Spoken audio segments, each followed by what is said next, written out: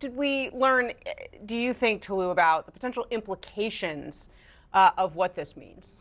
Well, first, McKay lost almost all of that $10,000, so it's important. Yeah, something like $9,800 something dollars. So yeah, he had that experience of losing a lot of money. But I think one of the things that stuck out to me about reading his piece was how much the moments that we normally think of as sort of unifying moments, sports games, have become not just times to rally around a normal moment, but have become part of this digitized casino that we all are privy to, in which people are betting on, will this person, score a touchdown, or will this person get 100 yards? And he was not able to enjoy some of the games with his children as he normally would because he was thinking about his parlays. And so I do think that there are a lot of societal impacts that he noted and that we all as a society are feeling when you take gambling, which normally has been sort of this small part of our society. You have to go to Vegas to do it. Physically go there. Yeah. Right, and then you turn it into this thing where everyone has access to it. It's heavily marketed, and it can have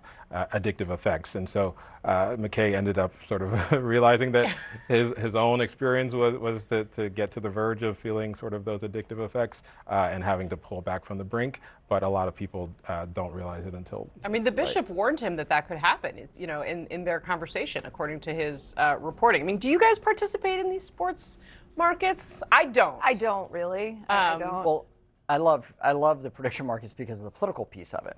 To see what candidates actually have traction, who's getting attention for them, and it's a two-sided transaction. A sports book is you betting against the house.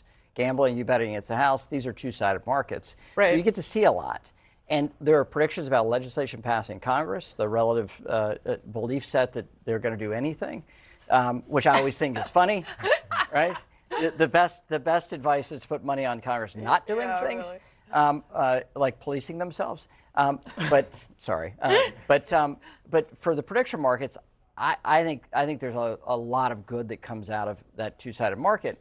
There are obvious risks here, and that's why you have to have regulation around it. I think you can have national markets that are well regulated and balance the societal impacts of that. Well, it's highly addictive. I mean, just the neurochemistry of your brain. I mean, the intermittent reinforcement, it's the same phenomenon that gets people hooked on drugs. I mean, it is deeply, deeply addictive in the same way, frequently, often, that social media is addictive. And so you kind of have this, this horrible blending of activities that are incredibly addictive and also now, imminently available to you. And so, I think that the shift that we've seen, it's wild to think about Pete Rose being denied entrance to the Hall of Fame, one of the best hitters ever in baseball. And now you've got, if you're 16 years old and you've got a phone, or maybe 18 years old in most states, I guess, and you got an iPhone, you can bet away. It's just the cultural shift has been really, really dramatic and probably not for the good. I have a 6-year-old son, right? He's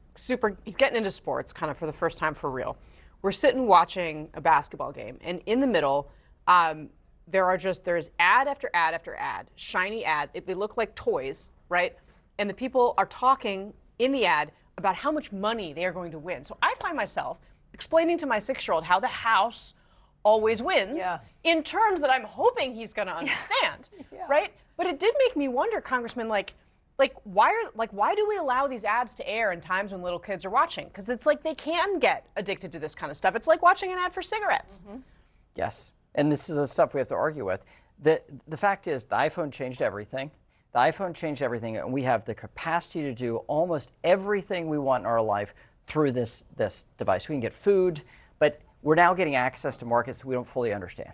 So there's a large societal education piece that has to go on here in order for us to be competent consumers of these products. This is financial markets and regulated financial markets to everything, even Twitter or X is an addiction device. Yeah, well, that's true. Yeah, that's true. On that note,